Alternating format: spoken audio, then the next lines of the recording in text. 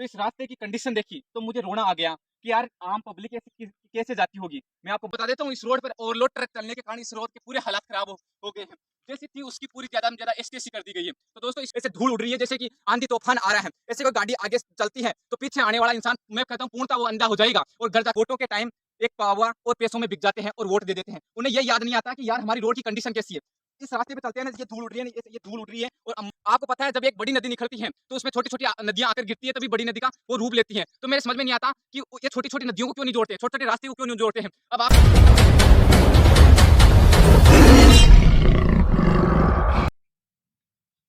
नमस्कार, आप सभी का स्वागत है सच बोल दे न्यूज में। आप देख रहे हो सच बोल दे न्यूज और मैं हूँ राकेश मनोहर। मैं अभी इस रास्ते से गुजर रहा था तो इस रास्ते की कंडीशन देखी तो मुझे रोना आ गया कि यार आम पब्लिक ऐसे कैसे जाती होगी। मैं आपको बता देता हूँ कि ये दो गांवों को जोड़ने वाली रोड है, इधर छापरी है और इधर खाकड़ की है। जो कि इस रास्ते की इतनी दयनीय हालत है कि यहाँ के जो नेतागण है वो अंधे हो चुके हैं। और मैं आपको बता देता हूँ, नेताओं के साथ साथ गाँव वाले लोग भी अंधे हो चुके हैं, क्योंकि वो वोटों के टाइम एक पावा और पैसों में बिक जाते हैं और वोट दे देते हैं। उन्हें यह याद नहीं आता कि यार हमारी रोड की कंडीशन कैसी है। इस रास्ते पे चलते हैं ना, ये धूल उड़ रही है, ये धूल उड़ रही है और मतलब गांव के लोग पूरे अंधे हो चुके हैं। इस रोड के लिए कोई आवाज नहीं उठाता और ना ही नेताजी को दिखता है। नेताजी अपने बोलेरो में आते हैं और हर घर में जाकर खड़े हो जाते हैं कि साहब हमें वोट देना है। साहब मेरे समझ में नहीं आता, आप आधुनिक इंडिया को डेवलप करने के लिए बोल रहे हो, लेकिन गांवों का विकास क्यों नहीं कर रहे हो। गांधी जी ने एक जगह कहा था कि गांवों का विकास कर दो, पूरा देश का विकास हो जाएगा। माननीय सड़क परिवहन मंत्री जी नितिन गडकरी जी बोलते हैं 2024 तक अमेरिका के तर्ज पर में हम इंडिया को बना देंगे, यानी इंडिया की रोडें ऐसे बना देंगे जैसे अमेरिका में है। लेकिन मुझे मैं बता देता हूं कि इस रोड के हालात देखिए, आप जहां तक जाओगे ऐसे धूल उड़ रही है जैसे कि आंधी तूफान आ रहा है। ऐसे कोई गाड़ी आगे चलती है तो पीछे आने वाला इंसान, मैं कहता हूँ, पूर्णतः वो अंधा हो जाएगा और घर जाकर सो जाएगा। उसे ये याद नहीं रहेगा यार मैं आया किधर से था। ये इधर खाकड़ की है, वो लोग भी नहीं बोलते। इधर छापरी वाले हैं, वो भी नहीं बोलते। मुझे समझ में नहीं आता, आधुनिक इंडिया में, एजुकेटेड इंडिया में ये बोलते क्यों नहीं है। अपने हक के लिए हम नहीं बोलेंगे तो फिर कब बोलेंगे। जैसे मतलब इस रोड पे इतनी धूल जम रखी है, इतने गड्ढे हो चुके हैं, कोई समझ में नहीं आता।